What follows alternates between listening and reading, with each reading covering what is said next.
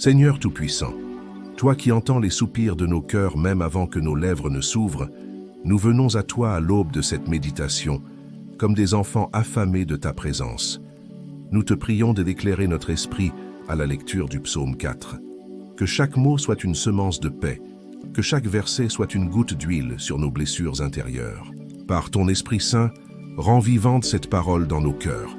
Parle-nous comme un père à ses enfants. Nous nous offrons à toi avec foi, confiance et espérance. Que ce moment soit un sanctuaire entre toi et nous. Au nom de Jésus. Amen. Psaume 4, version Louis II. Quand je crie, réponds-moi, Dieu de ma justice. Toi qui me mets au large quand je suis dans la détresse, aie pitié de moi, écoute ma prière. Fils des hommes, jusqu'à quand ma gloire sera-t-elle outragée? Jusqu'à quand aimerez-vous la vanité? Chercherez-vous le mensonge? Pause. Sachez que l'Éternel s'est choisi un homme pieux. L'Éternel entend quand je crie à lui. Tremblez et ne péchez point. Parlez en vos cœurs sur votre couche, puis taisez-vous. Pause. Offrez des sacrifices de justice et confiez-vous à l'Éternel. Plusieurs disent, qui nous fera voir le bonheur? Fais lever sur nous la lumière de ta face, ô Éternel. Tu mets dans mon cœur plus de joie qu'ils n'en ont quand abondent leur froment et leur mou. Je me couche et je m'endors en paix, car toi seul, ô Éternel, tu me donnes la sécurité dans ma demeure. Méditation spirituelle. Le psaume 4 est un hymne de nuit, une prière intime prononcée dans l'obscurité de l'âme, quand tout autour semble silencieux mais que le cœur reste agité.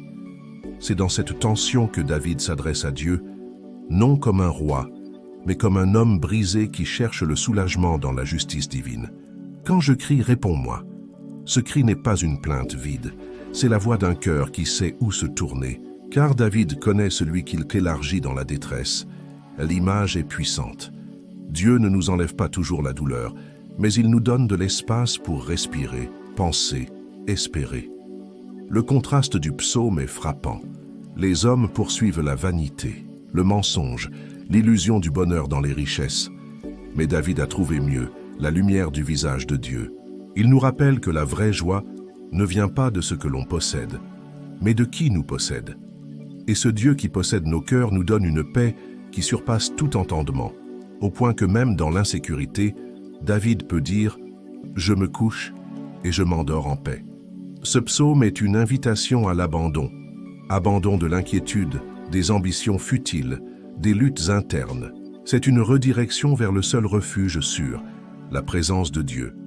Il est celui qui entend, qui voit, qui répond, qui éclaire, qui comble.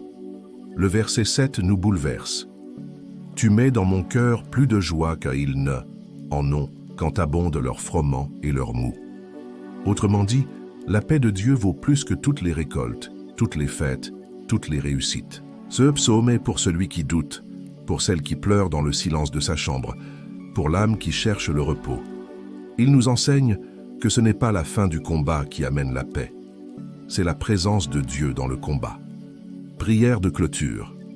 Père céleste, dans mes nuits agitées, sois mon calme.